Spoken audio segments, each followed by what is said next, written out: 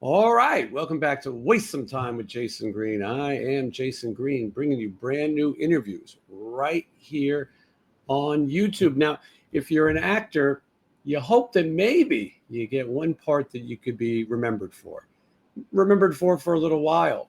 Some people get lucky and get a part that maybe they'll be remembered for the rest of their lives. My guest today, Scott Schwartz, has one of those parts. I would argue two of those parts because the movie The Toy, starring Richard Pryor and Jackie Gleason, is a historic movie. Not everyone will remember. A movie like that wouldn't be made today. But The Christmas Story obviously will outlive me, will outlive Scott, will outlive everybody. It'll be on for the rest of history. This is one of those interviews where I say to myself, I'm about to ask questions that have been asked a million times before, and Scott is a good sport in indulging me. And yes, we're going to find out, was his tongue really stuck to the pole? All that and more right after this. Just wanna waste some time with you. Sometimes it seems too good to be true. Nobody out there to waste time with you. All right, please welcome Scott Schwartz. How are you, Scott? I'm good. How's everybody doing? How you doing, Jason? Good, thank you. I'm so glad you did this. I was telling you that I've been around the memorabilia world for a long time, going to conventions, and that's part of your life now. We'll talk about that later. And I've always seen you, and I always said, boy, I'd love to have Scott on the show. And we have mutual friend, Sean Clark. And every now and then we talk about our favorite 80s sort of movies that, how did that movie get made? And The Toy comes up constantly. But before we get to that, I want to talk about, you grew up in New Jersey, right? Yep. Bridgewater, Somerville, New Jersey, Central New Jersey. And you went to public school, right? Sure. Oh, geez. Let's see. Van Holten until 5th grade. Then I got in show business, and then Eisenhower Middle School, and then Bridgewater Raritan High School West, which I went to my freshman year, and then I started getting the movies, and the principal couldn't get it with the superintendent of the schools in New Jersey that I could miss so many days and still move on to the next grade. They wanted to hold me back. And the principal, she was a sweetheart lady. God rest her soul. But I graduated my sophomore, junior years. I went to a school in New York called Professional Children's School with all kinds of fun folk, Christian Slater, Malcolm Jamal Warner, Anthony Michael Hall, Ricky Lake, and Martha Plimpton, on and on and on. But then senior year, I actually graduated from Bridgewater Raritan West, class of 86. When did you know you wanted to be an actor? Did you have showbiz parents? No. Dad was a window cleaner. Mom worked growing up. She was a manager of a 7-Eleven, believe it or not. And then she went to work for AT&T and Prudential. Showbiz is just something that happened. I was going to a movie club with my father on Saturdays, and after being there a couple of years, and the only kid there, it was all older folks. The guy asked me if I wanted to do a TV commercial. He said, "You're very outgoing. You got a great look. I think you'd be good at this." So I was off to Miami Beach, Florida for 3 days with Yogi Berra from the New York Yankees doing a Yoo-Hoo chocolate drink commercial. It's a famous commercial. I mean, I'm a New Yorker myself, so I remember it well. And so it's funny how you sort of get discovered. Hey, I think you'd be good at this. Yeah, that's how it happened. Were there more commercials after that? Oh, sure. Mm-hmm. No, I on the flight back, the same gentleman was on the flight with us, and he's like, "You got to keep going. I've got a casting director friend, meet her." And okay, and then she sent me to 2 different agents, and they both wanted to sign me. I ended up signing with one of them, and I was off and running. But I mean, it's funny because something I didn't audition for, the first commercial, okay. And then I went on like 4 commercial auditions and I didn't get them. Mm-hmm. And I was like, something must be wrong. And my agent's like, "No, you don't understand how this works. You could do 100 auditions and not get one." On the 5th audition, I got the commercial, and then I started to roll after that. The Toys, what I'm talking about, was 1982. Now, first I got to ask you, did you watch WPIX as a kid growing up, Channel 11? Of course, Joe Franklin. Come on. and at night you would get The Odd Couple and The Honeymooners. Sure. So even as a kid, you were already, and you say you were a movie buff with the family, so you knew who Jackie Gleason was. Yeah, I knew who Jackie Gleason was. I mean, Yeah, and I always ask this of somebody in my age range. Hmm. Did you have to ride a bike to school at all? Hmm. Did you? Oh, did I have to? No, I took the No. subway. Okay, you took the subway in the city. Okay.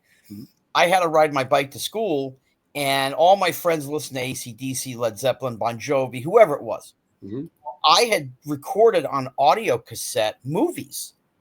So I had 5 movies that I listened to: Airplane, Abbott and Costello Meet Frankenstein, Right. uh, um, Smokey and the Bandit, uh, Young Frankenstein, and oh my god, I can't think of the other one. All of a sudden, I don't remember. But anyway, one of them, of course, was Smokey and the Bandit. Hmm. So I knew the movie by heart, and I watched The Honeymooners as well and all that.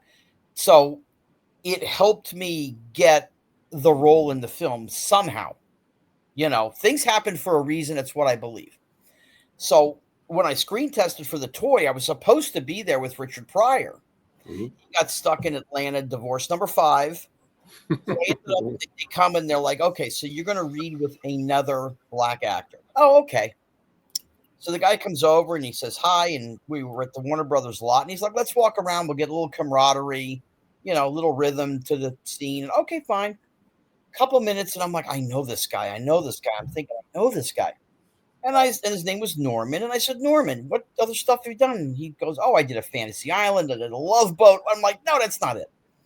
And he's like, well, I did a comedy movie. I don't know if you're old enough to have seen it or whatever. Airplane. Hmm.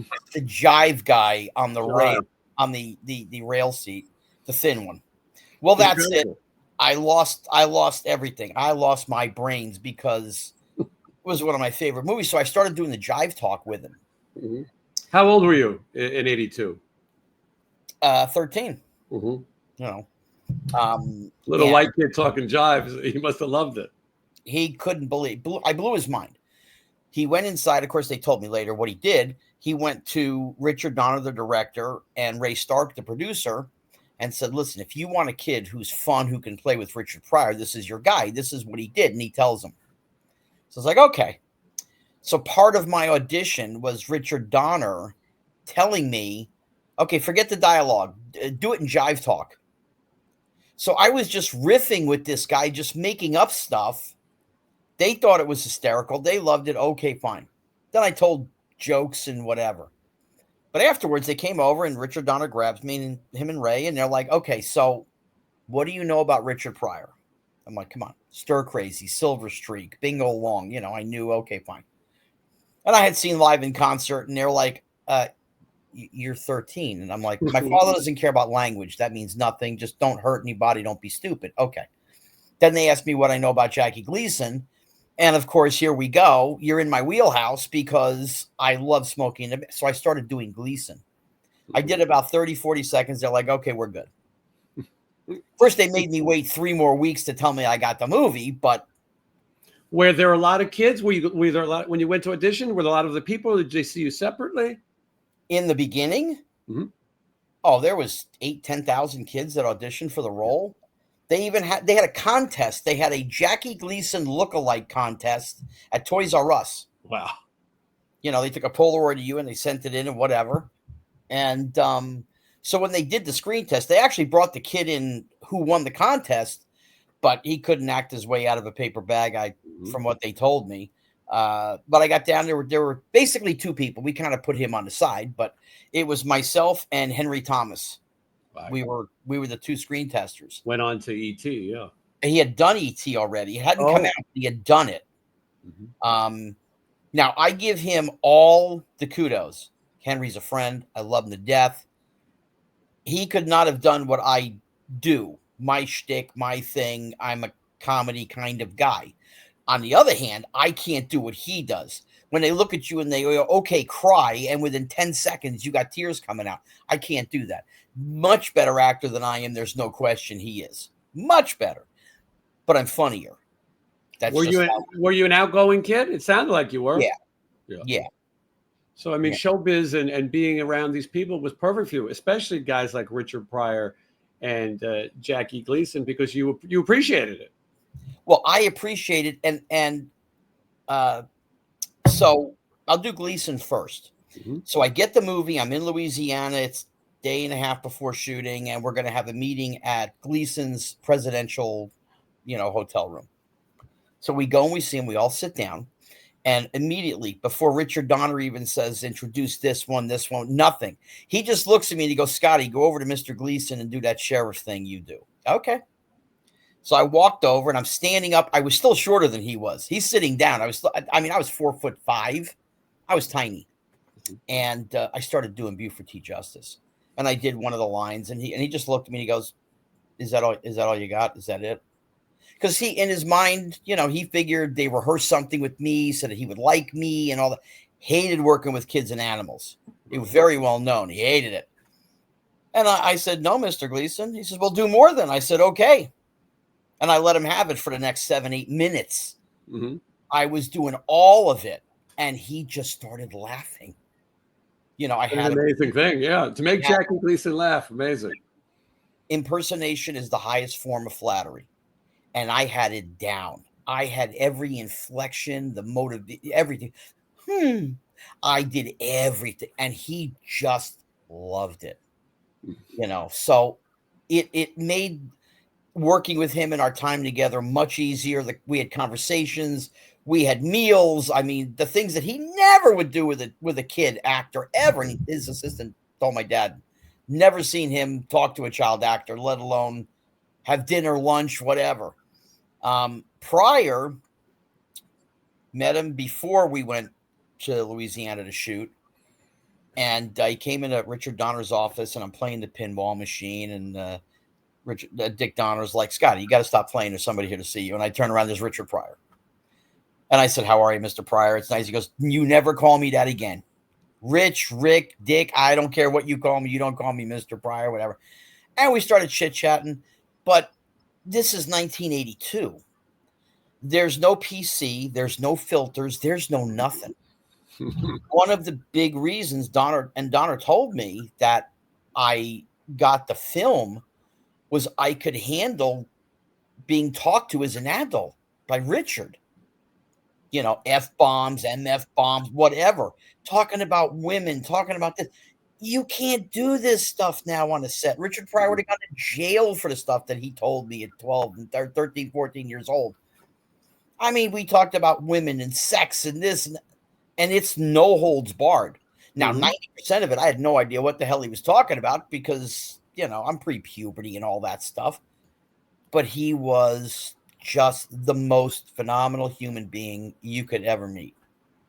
It's so great you had good experiences with these people who, probably at times in their lives could have been a little difficult. Well, earlier, before he burned himself up, he was a different guy.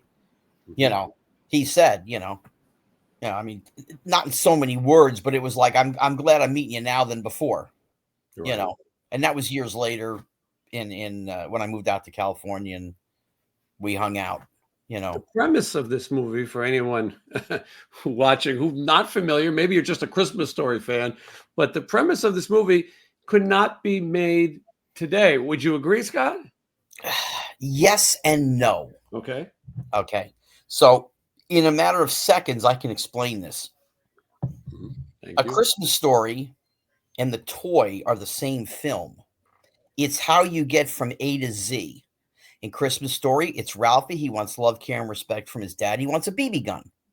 So the whole movie, whatever he's trying to do, he's trying to get the BB gun. Okay. And of course, the payoff is he gets the BB gun and the father shows respect and love. And okay, fine. In this thing, the kid is just wanting love from his father, and neither one of them have no idea of how to get there. So the kid does the one thing he knows is going to piss his father off, and he brings a black guy home. He buys a black guy in a store. But it's not that he wants to have a slave. That's not what it is. He wants to do something to piss off his father so his father will pay attention and show him love. And of course, throughout the film, there's different lessons and different things. And at the end of the movie, of course, Gleason and I hug. We love you. I love you. Da, da, da. And it's because of Richard. So it's the mechanism to get you from A to Z. But it's a relationship movie. It's not the other stuff that, I mean, listen, in this day and age, trust me, I have had enough people on the road come up to me and say, "Oh, well, you couldn't do that today." And I'm like, "Why not?" Mm-hmm. And they say, "Well, this, and I go, "Really? Is that what you got out of it?" "Well, how about this?" And they go, "Wow, I never thought about that." I'm like, "Thank you." The And they're cool. description of the movie is maybe scarier than the actual movie. When you say this kid wants to buy a black man to be his personal toy, sounds crazy. But when you watch the movie and you see the fun of it, and also look, you're going to teach the Klan a lesson before the end of the movie too. A Oh yeah. spoiler alert. Oh You know, sure, of course. there's Yeah. a lot of fun in it, and I think there was a time when it was okay to have that kind of fun. And at the end of the day, Richard Pryor comes off as a very moral guy with a lesson. Exactly. Listen, we should always be able to make fun films. Mhm. You know, what's gone on, wokeness and all this other stuff, terminologies that are just, oh, this or it's all that. And I'm like, listen, fun is fun. Movies are movies. They're not real life, you know? And I'm like, if you people take it so, I'm like, you watch Spider-Man? You're like, yeah. I'm like, do you try and go like this with your wrist and shoot a web and go from building to building? No. Why? Because it's a movie. Mhm. Have fun and enjoy. Blazing Saddles, one of the funniest films ever made. And they go, "Oh my God, you can't." What are you talking about? You don't Mhm. think people of every People watch race, it on creed, and color TV every laugh? day. Yeah, people watch it on Well, TV yeah. every day. Yeah, Well, if they you watch it appreciate on regular television, they got to edit it all out. It's on from 8 o'clock to 8:07, and that's about the whole movie. it's a short. Yeah. Well, where did you go film the toy? Baton Rouge, Louisiana, Mhm. which I will be back down there for anybody who watches this. Cajun Con, December 6th, 7th, and 8th, that weekend. Very Cajun cool. Con. Yeah, well, we put a link so people can come. There's like 70, 80 celebrities there. The Willy Wonka crew is there. There's a whole ton of people that are there. I should actually wrote them all down, but I didn't know that question would come up. So there you go. That's all right. People can go on the website. We'll link it and they can find it. So it's exciting. You're a young man. You're making this movie with these big actors, and it looks like a fun movie to make. I mean, you're We had driving a around in blast. these cars. Yeah. We had a blast. The toy and Christmas story. Again, I just bring that up because of the differences. The toy was nothing but fun. We were schwitzing our brains out. I mean, we were sweating. I mean, it was just it was between 95 and 102 in Baton Rouge.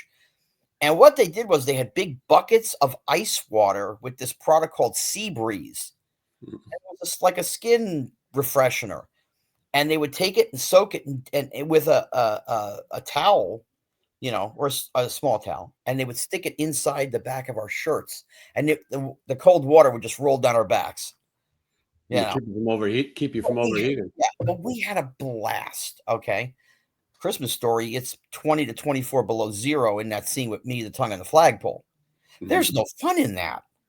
Yeah, no, I You can know? only imagine. Yeah. And then we shot part of it in Cleveland in a time when downtown area was not the place to be outside at night.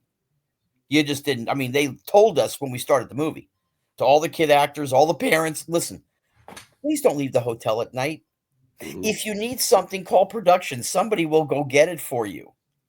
That's really how it was. Peter, Billingsley, Ralphie, and I would sit in the lobby of the hotel, which was on the second floor.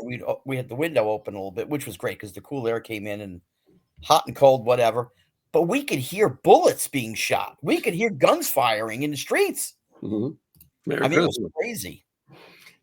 I will show a quick shot from there's Peter Billingsley, shot from A Christmas Story. In your career, there's these amazing actors and legendary actors, also character actors, not just the leading men. Guys like Darren McGavin, who had this amazing TV career, The Night Stalker, and all these people. But it's also directors that you've worked with.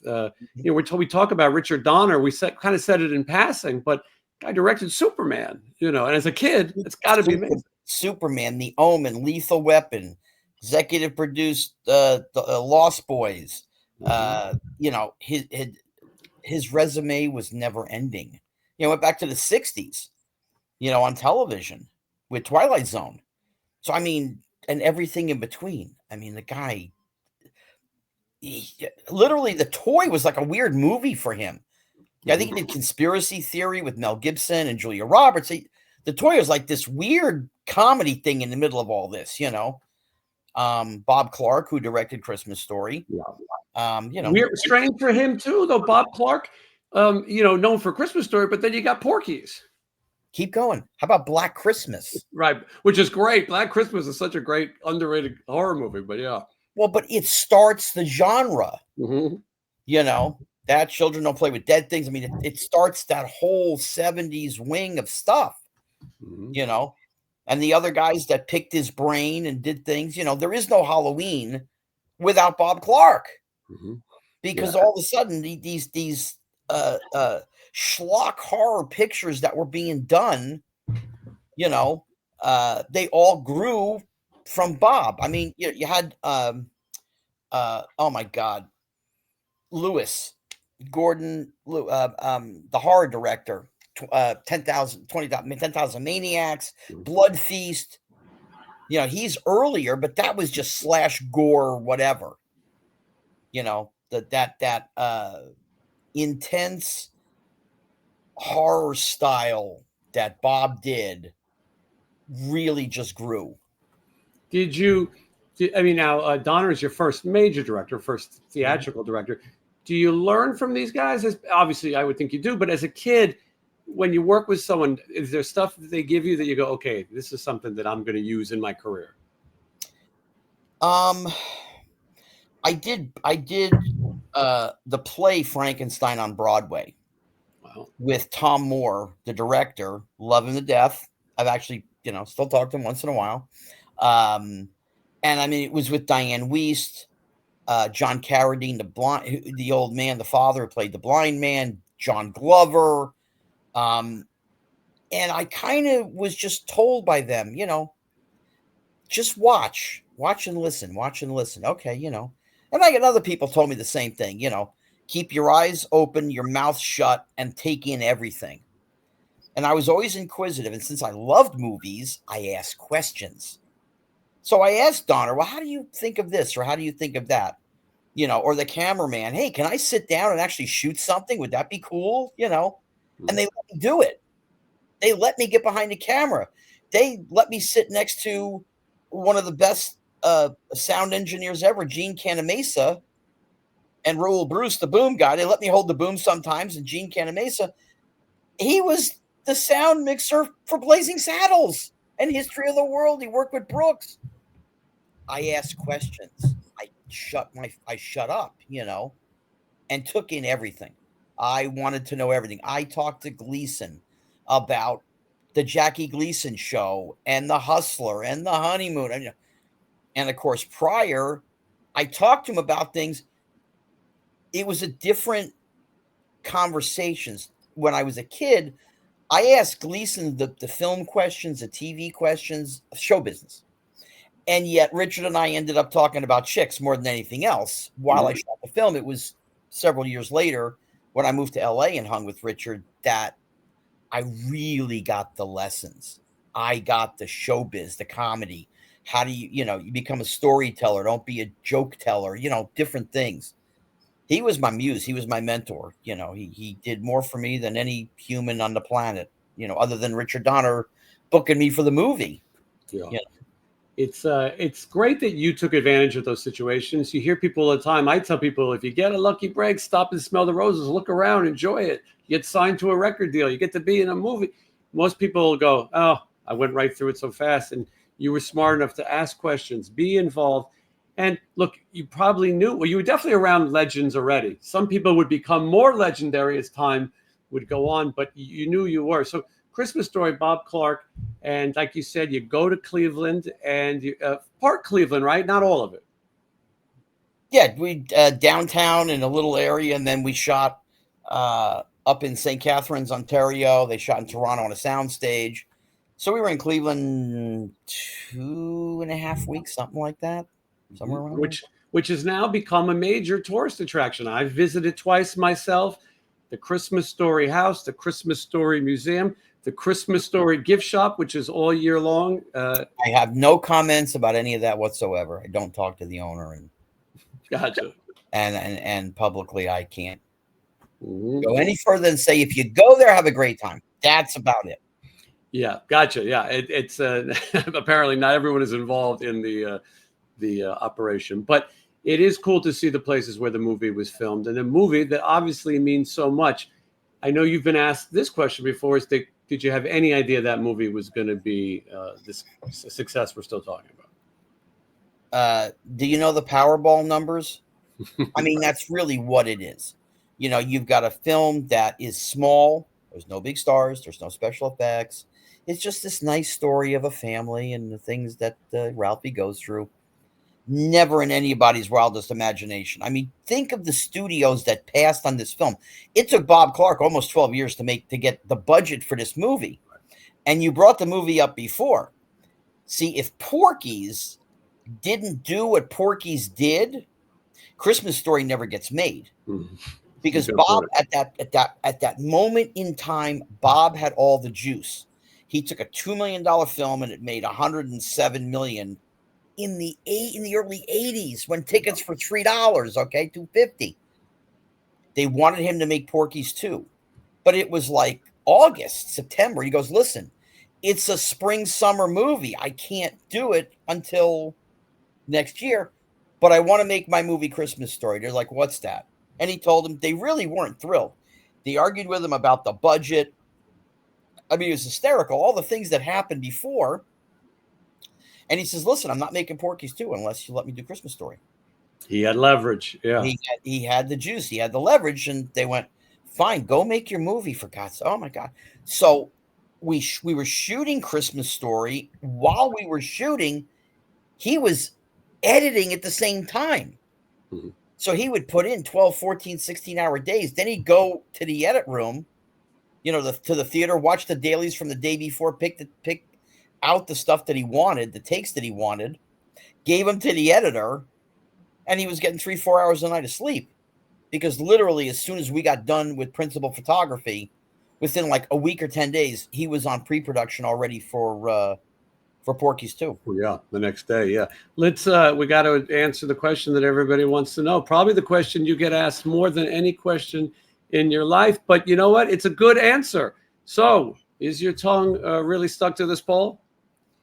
No, that is a plastic pole over a real pole. There actually is a real pole underneath it, but that's plastic and it's got a little hole about the size of your pinky nail. And there was a tube inside that went down into the snow, and they had put a dirt devil, the old vacuum cleaner, the little dirt devil. They had put a motor, buried it under the snow. So it acted as a suction tube, basically. Mm-hmm. Yeah, it's and that is movie magic. A little simple answer to that, but people have watched this movie, and as people have told you probably most of your life now, it's a dreaded nightmare. People look at poles in the winter and are so scared of them. I've met several people, 4, 5, 6, I don't know, over the years that have done it. You know, they did it as kids and whatever. And I'm like, okay. And then I met one kid outside Chicago. And I just heard like a month before that, yeah, this kid did it. And then the Chicago sometimes would always call me and say, hey, what do you think of this kid? I'm like, he's a schmuck. What is he doing? It's a movie. You don't do that, you know. But the kid actually came to an appearance I was doing. And he's like, how you doing? Da-da-da. Nice to meet you. Okay. He's like, yeah, did you hear this? You know, kid got his tongue stuck. I'm like, yeah, it was a couple weeks ago. That was me. Mm-hmm. I'm like, you're an idiot. Where are your parents? They were standing right there. I said, what are you teaching your child? Don't you teach him movies aren't real? They're like, oh, well, he just did it, you know, whatever. So it was great, though, because I had to do Q&As the whole day, and I used the kid as a human prop. It was great. Yeah, I get it. Now, most of the kids from A Christmas Story, if not all, have turned out to be good, faring adult people. You don't hear stories about anyone robbing 7-Elevens or video stores or any of those kind of things. Nope. Your cast is intact for the most part. You do some around Christmas. You've done some appearances. Yeah, everybody. The most of the adult actors are gone. Mm-hmm. I say most. You know, Bob Clark is passed. God rest his soul. Love that man. Gene Shepard, the writer, is gone. You know, Melinda Dillon passed a couple of years ago. Darren passed, you know, a decade, 15 years ago. It's been a long time. But we're all around. And Teddy Moore, who was Miss Shields, the teacher, mm-hmm. I still talk to her. I call her up or we speak online. And I say, hey, Teach, what's up? Because she still teach to me. I do get to see her from time to time if I go up to Toronto or if she comes to California. You know, we'll go to lunch. And Black Bart. God bless that man. He is 86 going on 87, and he has more energy than most 40-year-olds I know. He is running and gunning. I gotta think. I saw him last September. Yeah, last September I saw him, and he was auditioning for a movie. Wow. I'm like, you're 86 years old. You still work? He said, oh yeah, I'm still working. Okay. So we had to do a little signing thing for trading cards, and okay, fine. And I left, and the next day he called me up, and he's like, "You must have brought me good luck because they called it. Not only did I get the movie, but I'm doing stunt work on the movie." He's a stuntman by trade. Wow. 86 years old doing stunts. 86. Dwayne is one amazing dude. You know, There's so much products and licensing that goes with the Christmas Story now. Do you see anything from that when they make a flick toy? minuscule. Mhm. You know, I mean, it's great that you can sign it. Well, yeah, I mean that's secondary, but it's like, you know, what I actually get a check from them, it about covers my electric bill over the course of a year. It about covers my electric bill. Right. You know, it ain't a whole hell of a lot. It's good that people collect those things. You've done well at the appearances, obviously, for these things. And I want to talk about Christmas Story 2 before we talk too much about other things. Lump them together. I enjoyed the movie. I was Christmas Story Christmas. A Christmas We Story don't call Christmas. it a Christmas Story 2 was a horror show. We can't That's talk right. about that. No, I wrote down A Christmas Story Christmas, and I forgot there was a Christmas Story 2 that is unwatchable. But A Christmas Story Christmas, I went into it thinking this could be terrible, or this could be like a Cobra Kai that is a fan service piece, and I think that's what it is. I think it's very sentimental, and I think you're happy to see the characters. What has the reaction been to you? Very positive. You know, most people who have seen it said, you know, I was in for 10 minutes and I was crying and this. I'm like, I know, we did too. You know, we cried when we saw the film, you know, for the first time finished. No, this was not something that we just phoned it in. You know, this was Peter coming up with a story, hiring the writer, the director, and took 4 years to get made, you know. The writer did stuff that really wasn't of the time. He kind of wrote it more like today, Right. you know, whereas because the film's supposed to take place in like 73, Okay. you know. So they tell me that, and Peter kind of left it open. You know, he's like, don't shave, don't do this, don't cut your hair. We got to figure out what we want you to look like and all stuff. Okay. But once I knew the era, I'm like, okay, it's 73, and I'm an Elvis guy anyway. Mm-hmm. And it's Indiana. Now, every bar owner growing up I ever saw had a mustache and was fat. Every one of them, you know. So I'm like, all right. So I went for the lamb chops for Elvis, you know, the Aloha lamb chops, and then I did the mustache thing, you know, for the bartender. But so I kind of curved my own look for it. But we had a blast, and we didn't phone it in. There were arguments about dialogue and things we wanted to say and things we wanted to do that they really didn't want us to do. And we're like, no, we're doing it, you know. At the end of the day, it's that interesting process of, and it's not a negative thing toward anybody, but myself, Zach Ward, who played Scott Farkas the bully, Ian Petrello played Randy, even Peter. We travel, we go, we hear fans, we listen, and they didn't want certain things, and we did. And at the end of the day, we got our way. Can you give me an example? Oh my God. Okay. So the script, when there's the scene, the ramp scene with Schwartz, and I yell up, I triple dog dare you. Mm-hmm. The original dialogue was, hey, Schwartz, what are you, chicken? So I went to the writer and I said, listen, this is ridiculous. There's only one line here. It's infamous, for God's sakes. Mm-hmm. And he's like, well, you know, we don't want to rely so much on the original. I said, rely is nothing. It has to be there. People have waited 39 years to hear Flick tell Schwartz this. Mm-hmm. So we went back and forth. There were weeks he didn't talk to me, you know. And at the end of the day, I did it my way. The direct, I mean, we had many discussions and arguments and whatever, and the director going back and forth. And okay, so I do it, and when they tested the movie, I got a 99 percentile. 99 out of the first one, 99 the second, 99. That said, you have to keep Triple Dog Dare You in the movie. It's a signature tag. People are waiting for it. Yeah, you have to. That's what the fan service we're talking about. Yeah, exactly. It's the tagline. So we went to dinner, and Peter had already gone on the Drew Barrymore show, and of course it says, Christmas Story, Christmas coming November 17th or November 20th, whatever it was, and at the bottom it says, "We Triple Dog Dare You," and I'm like, seriously, really, people? Are you kidding? So then we ended up going out to a dinner, and Peter and the executive producers and the writer, they're all standing there like, "We're sorry, you're right. You were right." And I'm like, "It's okay," And I pulled the writer aside and I said, "Listen, my job is to make your words come to life.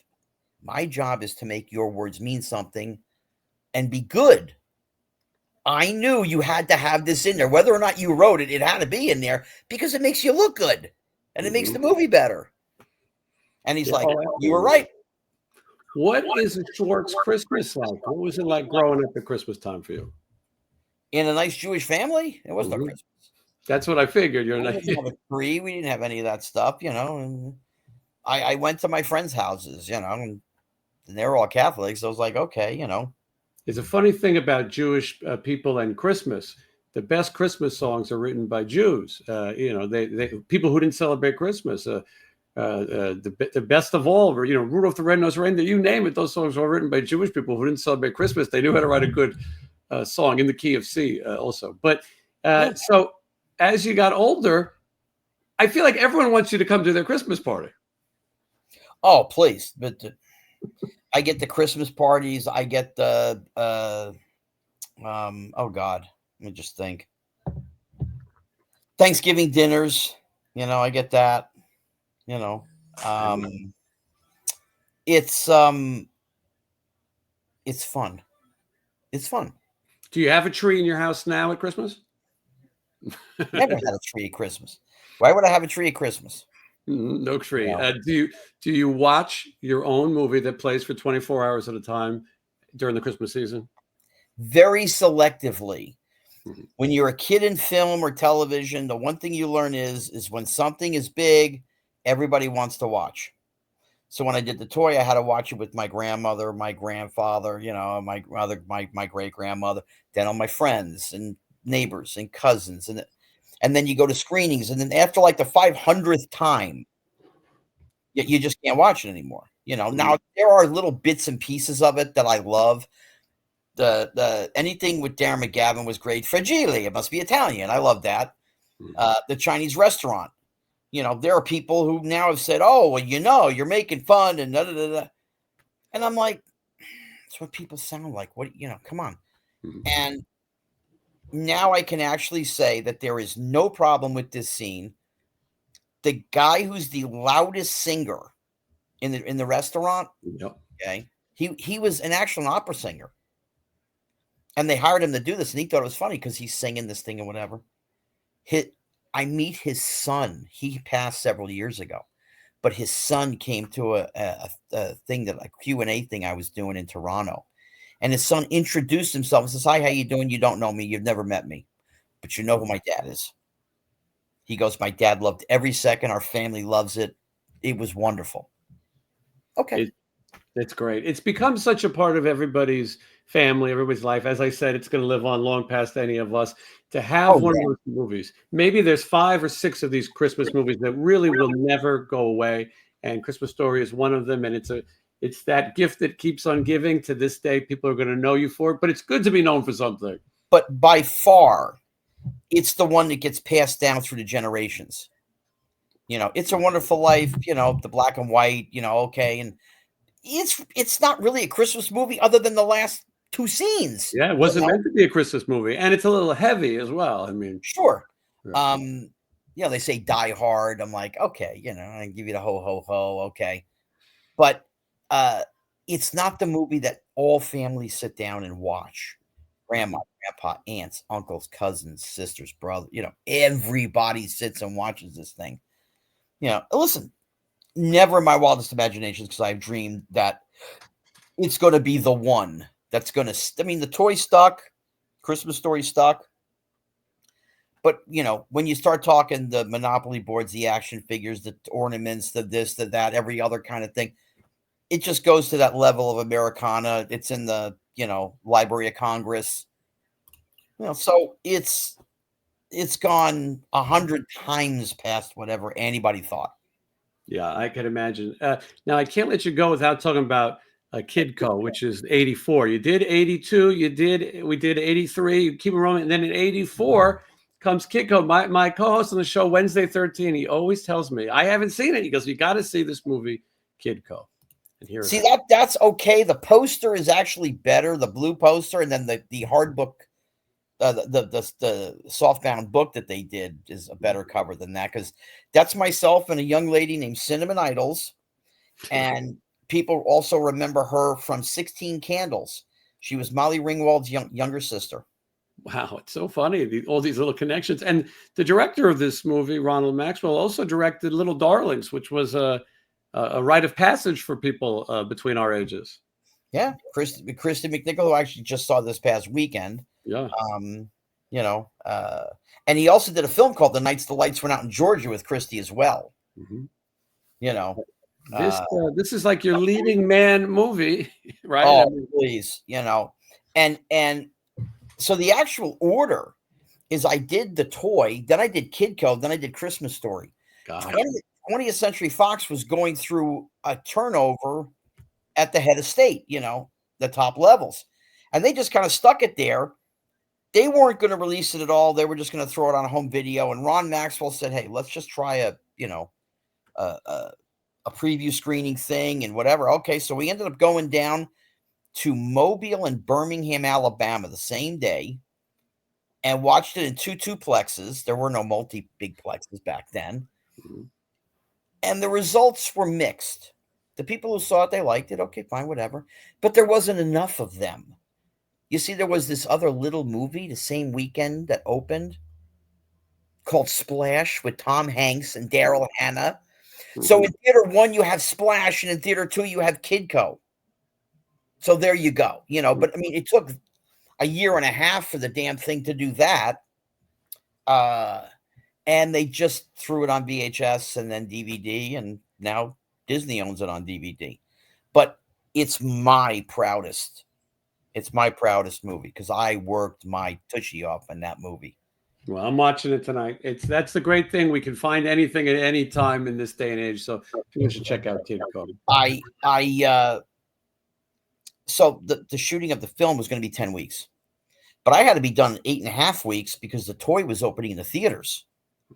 And I knew I had to be ready for press, promo, whatever they need me to do. I've got to be available, Well, the 2 producers were David Niven Jr. and Frank Yablans, who had done, between the 2 of them, 50 years combined of producing. Mm-hmm.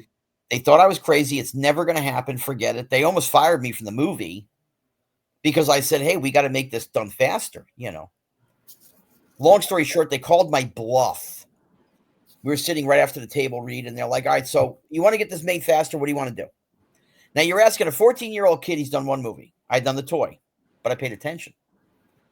So they asked me, what do you want to do first? I said, well, I looked at the shooting schedule. Why are we shooting at the barn here and the barn here? No, you combine them. We're shooting at the court here and the court here. No, and they're looking at me. They did not expect an answer. Mm-hmm. And Frank Yablans went, okay, see you later. Have fun. They left. My father left with them, and it was me and the first AD, and we redid the whole shooting schedule. Long story short, I needed to be done December 10th on a Friday. We wrapped at 5 p.m. December 10th. The same day the toy opened in the theaters. That director, Ron Maxwell, and we didn't speak for many years because I didn't have a cell phone, I didn't have email, whatever. But then I got a hold of him, and we had the adult conversation. He's like, I can talk to you now. You're an adult, And I'm like, yeah, I'm in my 50s, okay? And he's like, I let you do stuff I would never let an actor do on a set. He goes, the first 2 days of shooting, you grabbed the football out of my hands. He goes, and you kept running. I was waiting for you to drop the ball. But you had 6.5 weeks. He goes, you never dropped the ball. You came to work prepared every day. You knew your dialogue. He's like, you knew exactly what you were doing, how to do it, where to do it. You were helping. I was helping everybody else, the girls with dialogue and all this. And he's like, there's no actor I've ever let run the show. And he goes, you ran the show. And it was a big compliment, to get from Ron. Because he did Gettysburg. He did some big projects, and I knew I had to be done. Let's go, and that was the way I was, My father described me at the time as Godzilla. I was Secretariat. Just get on my back, and I will ride you to the finish line, and that's what I did. So it's my proudest work. I'm not saying I don't love the toy, right? But Kidco, I'm in 98% of the damn thing, Yeah, it's absolutely. So you did TV appearances, after school specials. You kept working. You did things. Does there come a time in your life when you go, you know what? Maybe I'm not going to continue to act? No. Puberty hit, right. But I didn't really grow all that much. I'm still under 5'2", but at 16, 17 years old, I sound 25, but I look 15. So it became, I didn't match, my mannerisms, my voice didn't match my look, So, I didn't work very much, a little bit here and there. I got a few things here and there, but then fate lends a hand. I'm auditioning for a movie, The Money Pit, with Tom Hanks and Shelley Long. And I don't get the movie, but I met this nice gentleman named Big John Studd. He was a WWF wrestler who used to face Andre the Giant. You would get paid $15,000 if you could body slam him. That's right. That's right. At WrestleMania, yeah. Mm-hmm. So I meet John, and he had seen the toy, and he was a big fan. He scared the shit out of me. I'm not kidding. Because he was a heel. He was a bad guy. He hurts people. And yet at the audition, I went in. He's there. My dad goes and talks to him. And I come out, and my dad's like, Scott, this is John. John is Scott. And he's like, it's very nice to meet you, man. I'm a big fan. I was like, oh, my God, But it got me I was already watching wrestling, but it got me into wrestling. So I started going to arenas, seeing the guys. And the next thing you know, they're like, hey, if you want to help out, come on down. So, it led to almost 16 months being on the road with WWF at the same time I was in high school, my senior year.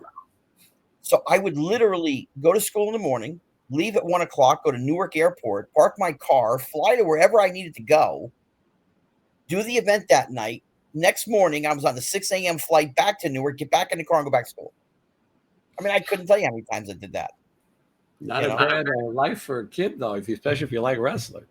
Exactly. I'm picking up Rowdy Piper and Macho Man Randy Savage and Miss Elizabeth and Jim Neidhart and hanging out with him, and I'm in the back with Hogan and everybody else.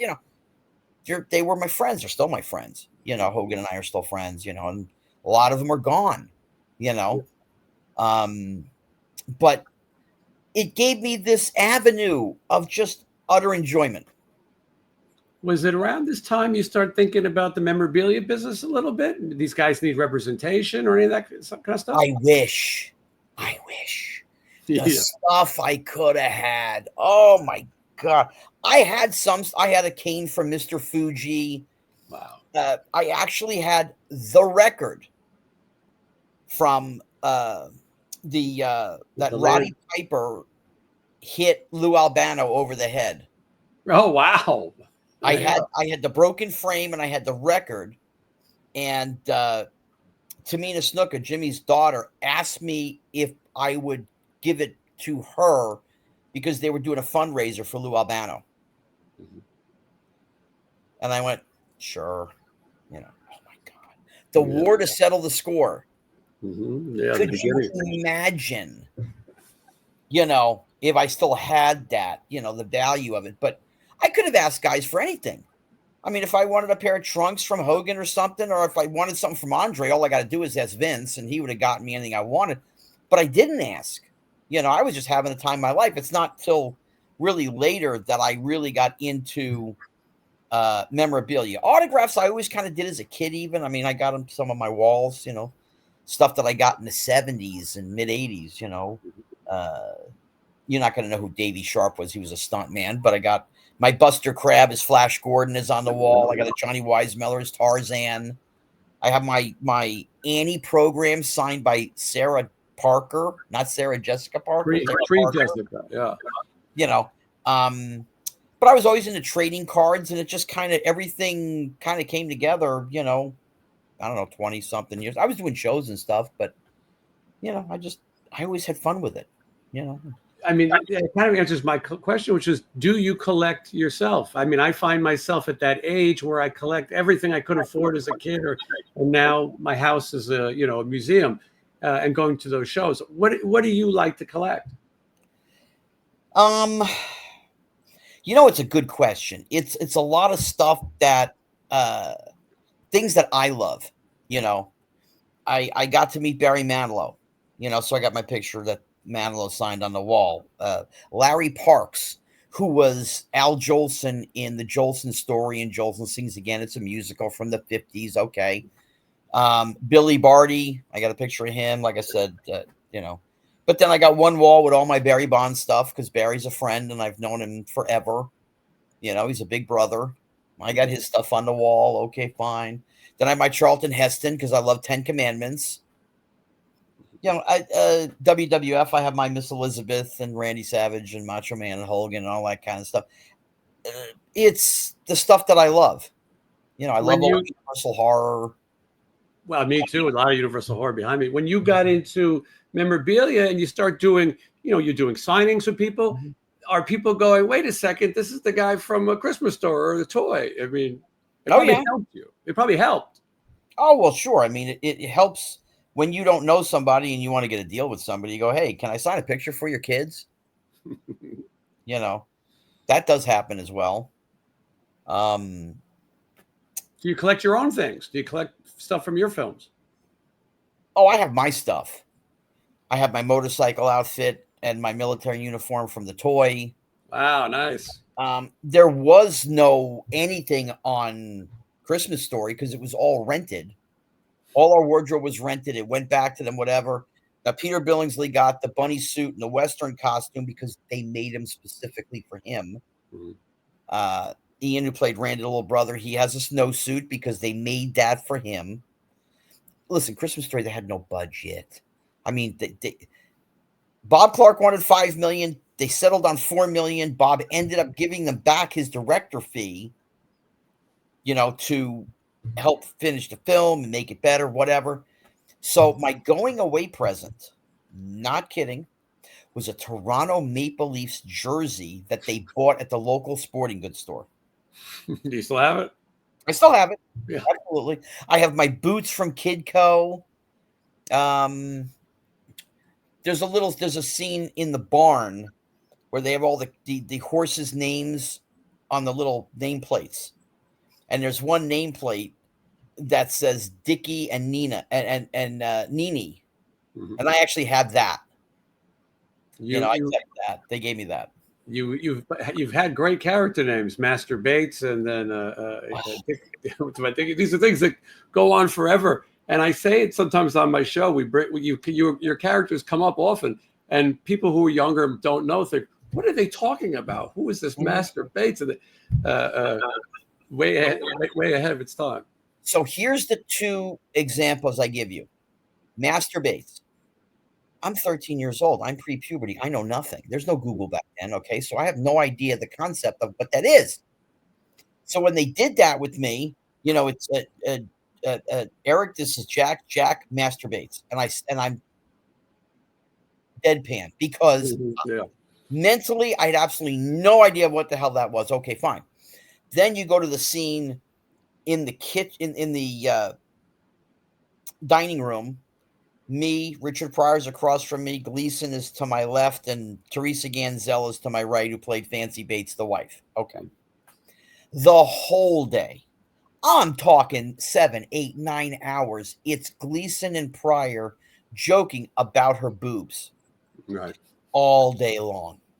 The last shot of the scene that they want to do is me at my last line, because Teresa Ganzel, Fancy Bates, she talks about her boob job and her propellers on her things and whatever.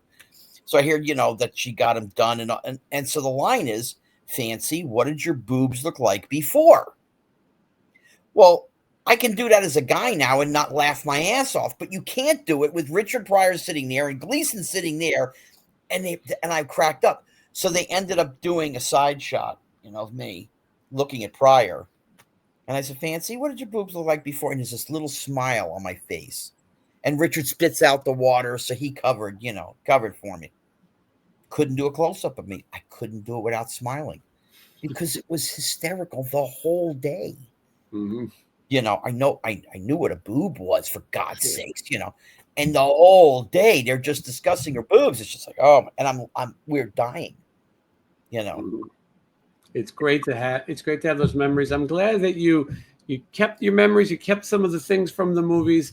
You still talk about it. You're still at appearances so people can come over and meet you, which is a great thing.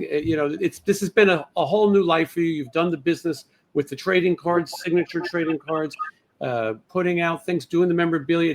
It was a family business for you, and you still do it to this day. I saw you this weekend at the Hollywood show. Yeah, no, go to the shows. And I wasn't signing there. I was sitting with Michelle Johnson, who was the woman in Blame It to Rio, Demi Moore's friend. She has the affair with Michael Caine in the film. But there were lots of other people there I knew. Sam Jones, met George Hamilton several times. Nice man. Robert Wool is just a great guy. If you're ever going to go see somebody who's just really sweet, he's great. Oh God, Christy McNichol was sitting right behind me at the show. Mm-hmm. So she's like a big sis to me, because I've known her for decades. So here I am peeping through the little curtain, going, "Are you working? Are you making money? Are you working? What are you doing?" And we're having fun with it. Those shows become reunions in a sense. You yes. get used to seeing people and people you've worked with, and people you cross paths with. There's a hang to it in addition to meeting people. The Hollywood show is 3 times a year. The next one will be September. I'll be there in September signing, because it's closer to the holidays. It's the last show of the year, so it's like, okay. But I go because not only do I love going and it's fun, I get to meet some new people. I get to see a lot of old friends, and that's the great thing. You get to see people you don't get to see all the time. Cherie Curry was there. Again, like an older sis from the Runaways and whatever.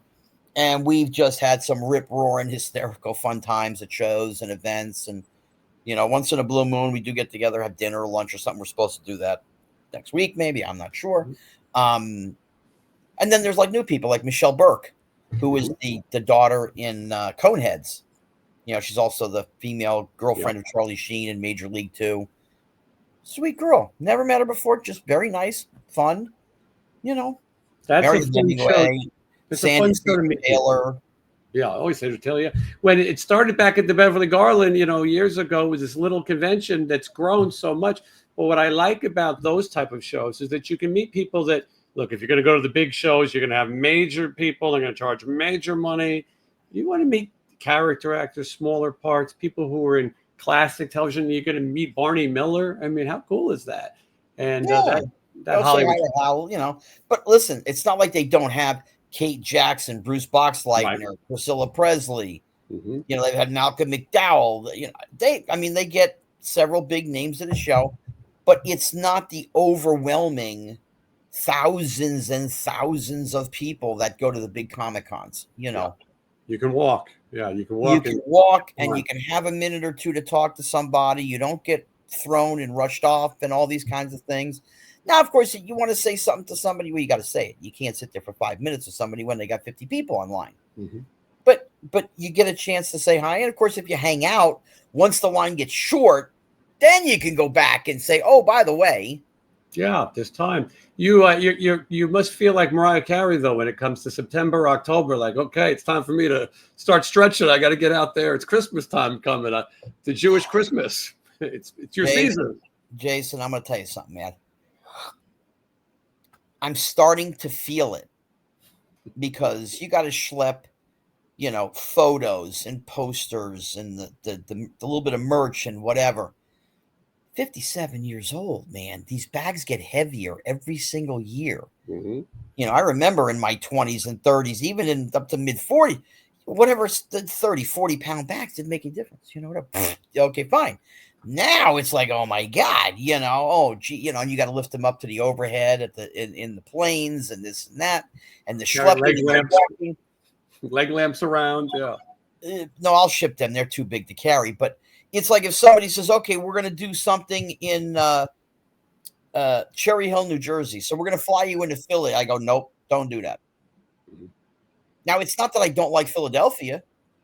I hate the airport. It's like a 2-mile walk to get the hell out of there.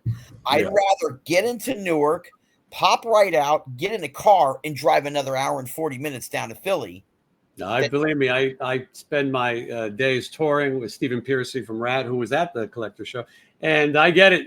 You learn your airports. If you travel, you learn. You don't want to. You go to Salt Lake, but be prepared for a 2-mile walk through the airport. That place is insane. I did it in 23. We were there, and I mean, or 24. No, 23. It was just. It was like, oh my God. This place is insane. It just never ends. They have signs that tells you how approximately 2 miles to your gate. It's nuts. Right. What happened to the moving walkways? Don't they do that stuff anymore? It's like, come on, guys. Mm-hmm. Do you have plans around Christmas now? I'm talking about appearances and things with the cast. Yeah, I've got Cajun Con, as I said before, early in December. I've got a gig in September. Where the heck is it? I know it's myself, Jerry the King Lawler, and some other people, and I just cannot remember where it is. Well, people, do you? What's the best place for people to keep up with these things? Social media? I don't really. I do a little bit of it on my Facebook, but I have so many people already on there, and it's like I want it to be on social media more to keep in contact with family, friends, high school mates, stuff like that. And then I let a few fans come on, and I'm like, listen, okay, I know you're a fan. Just do me a favor. Don't send me memes and crap with my face on it and all that shit, You've seen it. Yeah, you've seen them all. Yeah, I mean, now I probably got 2,500 of those people on my page. And I, every December 23rd, not the 24th, the 23rd, I go on my Facebook and I write like 3 paragraphs and I go, yes, I have cable. Yes, I have TNT and TBS. I know it's on. Yes, I know it's on. You don't have to put it on my page, whatever. Every so often I'll get somebody that'll put something on or whatever, I mean, I get memes and different stuff, and some are just hysterical, and some are like, okay, they made a meme of Elizabeth Berkley from Showgirls, and she's like leaning over at the pole with her tongue sticking out, and I'm on the other side. It's Christmas Story, other than they put her in the picture. It was hysterical, and I got a chance to meet her a couple months ago, and I said, I hope you have a sense of humor, and she's like, oh yeah. It's like, gave her the picture. She's like, oh, I remember this. This was so funny. So she has a sense of humor, I said, well, that's good. Then I handed her the second one. I said, I signed this one for you. And she goes, you signed it for me? I'm like, Elizabeth, that's you. That's me. Oh, man, this is cool. So she loved it. Then there's another one with Gene Simmons from Kiss. Thing with the tongue sticking out, and then it's like there's some fun ones. I got a cartoon today, believe it or not, and it was great. I mean, it's one of the best damn cartoons I've ever seen. Hold on, I'm going to show this to you. I mean, it was really good. It's just here we go. Let's see. Oh yeah, look at that. I think that might be the AI that the kids are using. But what a great picture. Yeah, art. Yes, I mean stuff like that. It's like, yeah, okay, that stuff I'm fine with that. As I said in the introduction, it's so people wait their whole lives. If you're an actor, you to have that one thing and always be remembered for it, and how great! It's the gift that keeps on giving. The Christmas story. It's the gift that keeps on giving. It's the fact that the movie just seems to keep going generations. You got people that saw the original in '83 and with 40 years later, and they were in their 20s and 30s, and now they're in their 60s and their grandparents, and they're showing their grandkids the movie. You know, um, it's it's really cool. It's just really neat to have something that brings smiles to people's faces. They did a bronze statue of me in Hammond, Indiana, which is the home of Gene Shepard, the writer. Mhm. They spent like 70 grand they raised to do this thing. I was like, are you kidding? But they did it and it's there and it brings a smile to people's faces. So I have no kids other than four-legged ones, Right. but my legacy is there, and that's okay. I have no problem with that. I don't think you just don't know what the future is going to hold, but I don't think I'm ever going to be standing on the stage of the Academy Awards. That I just don't see that. But again, you don't ever know, but it's okay. I've left something behind that people can enjoy and embrace and have a good time with and, have fun, have a song, have a smile, tell a joke every day and be a happier person. I think those are wise words to share. Scott, I appreciate you spent some time. You didn't have anything to promote. You came on, and I'm so glad we got to talk a little pop culture and life with you. Although I'm not signing, I will be at Fanboy Expo in mid-July with Jerry the King Lawler, WWE Hall I'm of going to Fame. be there. That's in Knoxville, right? That's in. How about that? Who are you going to be there with? I'm just going on my own. That's a good one because the Three's Company. I got a stack of photos signed by Don Knotts and John Ritter that need Joyce DeWitt on them. So I'm on my way. Mhm. Well, you just call me, find me, whatever. We'll have lunch. I'll go introduce you to Joyce. She's a great lady. I appreciate it. I look forward to seeing you then. And everyone else could come check you out as well. As Christmas gets closer, I'm sure you're going to see more and more appearances. Oh yeah, I'll be out there, all over the place. Thank you, Scott. I appreciate it. And thank you for everyone for watching, and we will see you again.